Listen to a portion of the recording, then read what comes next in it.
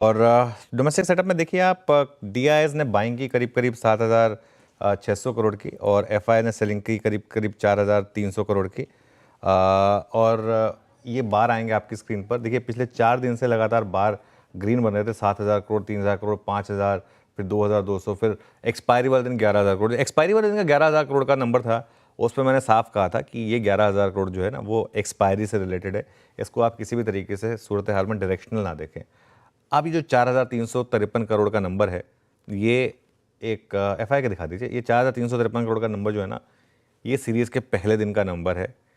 ये थोड़ा सा क्रूशल है, इसमें आपको देखना होगा। पोजीशनिंग पर आते हैं आप। सीरीज़ की शुरुआत की जो पोजीशनिंग थी उसके मुकाबले पोजीशनिंग थोड़ी सी बदली है इंडेक्स फ्यूचर्स की। आप देखिए एफआई के जो लॉन्ग और शॉर्ट हैं, और जो सबसे ज़्यादा ज़रूरी है वो आएगी अगली टेबल। ये देखिए, ये सीरीज़ के पहले ही दिन हमने बात की थी कि 40% लॉन्ग से एफआई ने शुरुआत की थी। पहले ही दिन उन्होंने थोड़े लॉन्ग काटे, लेकिन शॉर्ट ऐड करें, 15,666 शॉर्ट ऐड करें। ये थोड़ा सा ख़राब आंकड़ा है।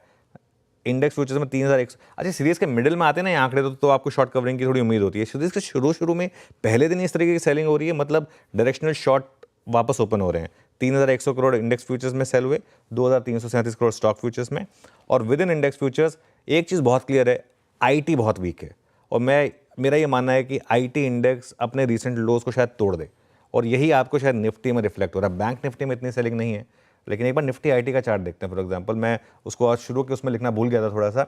आप देखिए निफ्टी आईटी का 1 महीने का चार्ट लेकर आइए जरा एक बार। निफ्टी आईटी ने कोशिश की, एक रैली की, लेकिन अब वो रैली एग्जैक्ट 20 डेमा के आसपास आकर फेल होने का रिस्क दिखा रही है आपको। अगर इस मार्केट को कोई नीचे लेकर जाएगा, रिस्क रहेगा, तो वो निफ्टी आईटी की वजह से रहेगा। कल भी देखिए आप यूएस मार्केट में भी रिकवरी भली आई, नैस्डैक वीक था। और आप देखिए यूएस मार्केट में भी टेस्ला, ये सब, एनवीडिया, ये सारे स्टॉक्स गिर रहे हैं। क्योंकि अगर यूएस में मंदी आएगी, अगर यूएस में मंदी आएगी, और 33% लोग अब मानते हैं कि यूएस में मंदी आएगी, वो आगे जाके और बढ़ सकता है। अगर वो हुआ तो उसका सबसे बड़ा इम्पैक्ट आईटी पर होगा।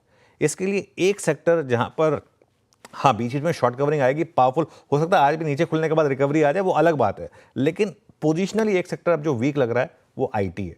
और अभी आई थिंक कुछ दिनों में आईटी के नंबर्स आएंगे, मैनेजमेंट की उनकी कमेंट्री आएगी, उस पर हम थोड़ा सा वो कर लेंगे। थोड़ा सा मैं डाइग्रेस कर रहा था टॉपिक से, लेकिन क्योंकि वो थोड़ा सा निफ्टी और बैंक निफ्टी के आंकड़ों में फर्क था, तो थोड़ा एक्सप्लेन करने की कोशिश कर रहा था।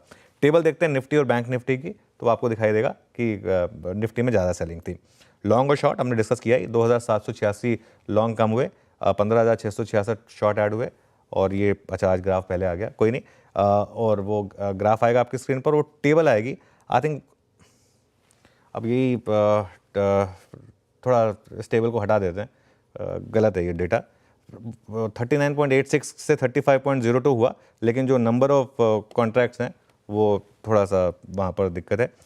इंडिया विक्स 4.5% नीचे था, 12.71 पर आया। और पुट कॉल रेशियो 0.92 वर्सेस 1.01। और बैन में कोई स्टॉक नहीं है, तो उस वजह से अगर आप देखें तो सेटअप चलिए ठीक ठाक है मार्केट का। बस ये एफआई की सेलिंग जो है ये मुझे थोड़ी सी अकर रही है।